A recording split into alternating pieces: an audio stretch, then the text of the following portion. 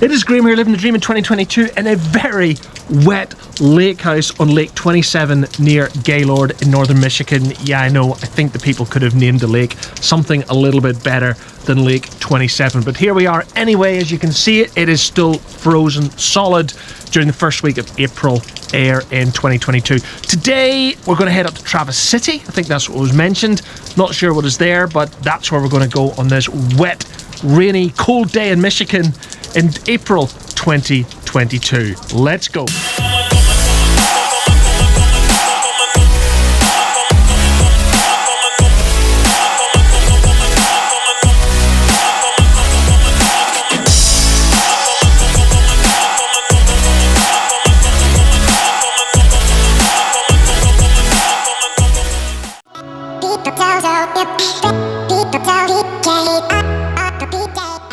As you'll see later on in this episode, I did actually go down to the ice on Lake 27, and I was shocked when I realised that the ice was probably more than a foot thick. And as a result, I wondered when it would melt or how long it would take to melt. But back to today and the fact that we were on a schedule to head to Traverse City for lunch. It was time to get back into Phil's car and hit the road. Where, if my memory serves me right, we were about a 1 hour drive between Lake 27 and Traverse City in Michigan. And the bottom line, guys, it rained the entire journey. And it was still raining when we arrived in the outskirts of Traverse City, Michigan, which is situated on a very pretty bay just off Lake Michigan itself. And Traverse City itself was rather charming. A very nice mix of the old and the new meets east and west. But right now we were on a mission to find an on-street car park space so that we could go for lunch, before we then headed to the next town round the bay, which I think is Sutton Bay. And by then the rain had stopped, which allowed Fiona and Gail to look in the local shops.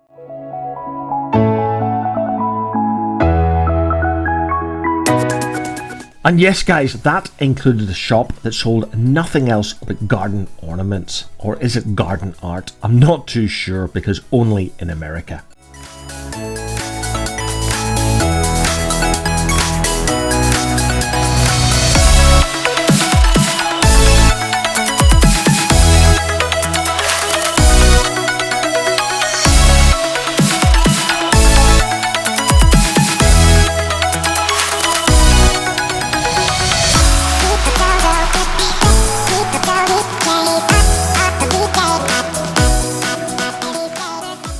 And back in the car, we were now searching for a vineyard, or what the Americans call a winery. And we found a local winery called 45 North. But those of you who follow the channel on a regular basis will know that I don't drink wine, but Fiona makes up for the both of us. So I'm confident there was plenty of excitement as Fiona and Gail entered the little vineyard tasting area.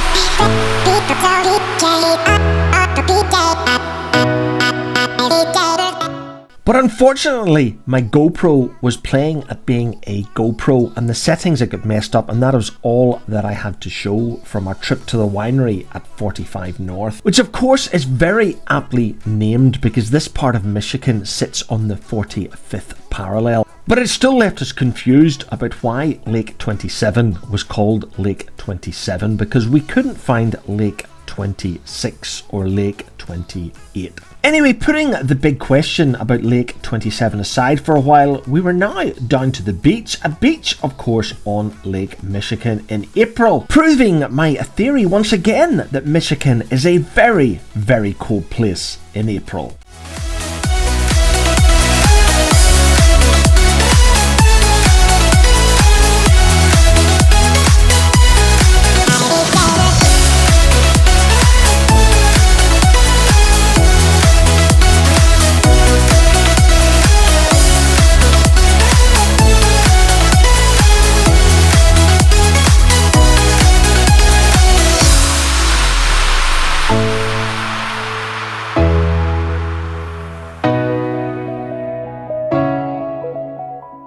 I'm sure that beach and even Lake Michigan are going to be absolutely gorgeous in June, July and August. So maybe Fiona and I might invite ourselves back to Michigan in the summer months sometime, but that's certainly not going to be until Phil and Gail come to visit ourselves in the UK first. Anyway, back to today. We are leaving Travis City, heading back towards Gaylord, where we were planning to meet up with Gail's sister and mother for dinner. And as a result, we will be bringing Wednesday and our second full day in Michigan to a close. And for me, tonight was going to be extra special because for the first time in more than a few years, I was going to be having my favourite American delicacy, meatloaf.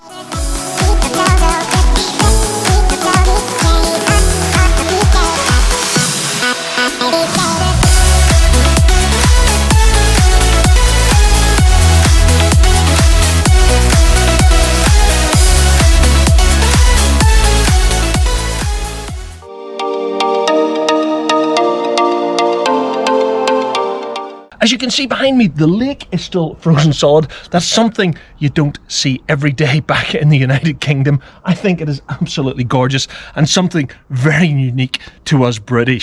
Today we're going to continue our tour of northern Michigan. Not 100% sure exactly what we're going to do. It'll probably include great food, great beer, but most importantly, great company. So come and join Fiona, Phil, Gail and I as we continue our tour of northern Michigan.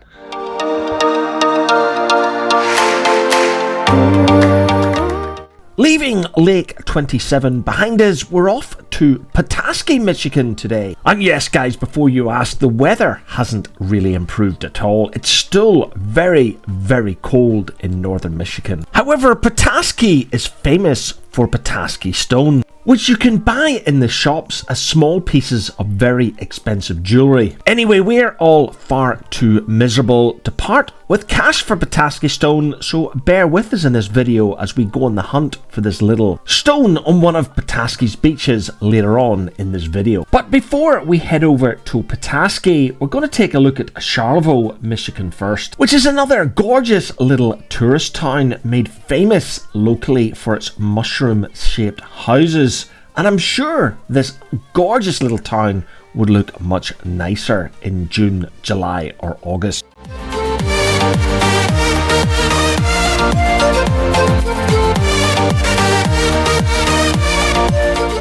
Yeah. So where are we, Gail? We are in Charlevoix, Michigan. Charlevoix. Charlevoix.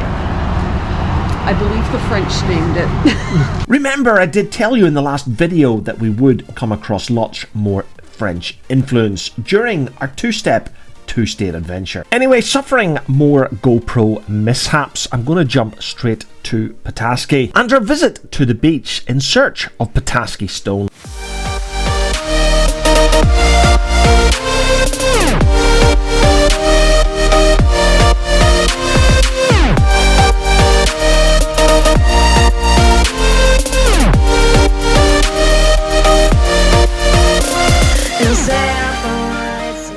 Yep, I think Gail had a lot more success at finding the elusive Petoskey stone than Fiona, but that didn't stop them hunting for even more on the shores of freezing cold Lake Michigan.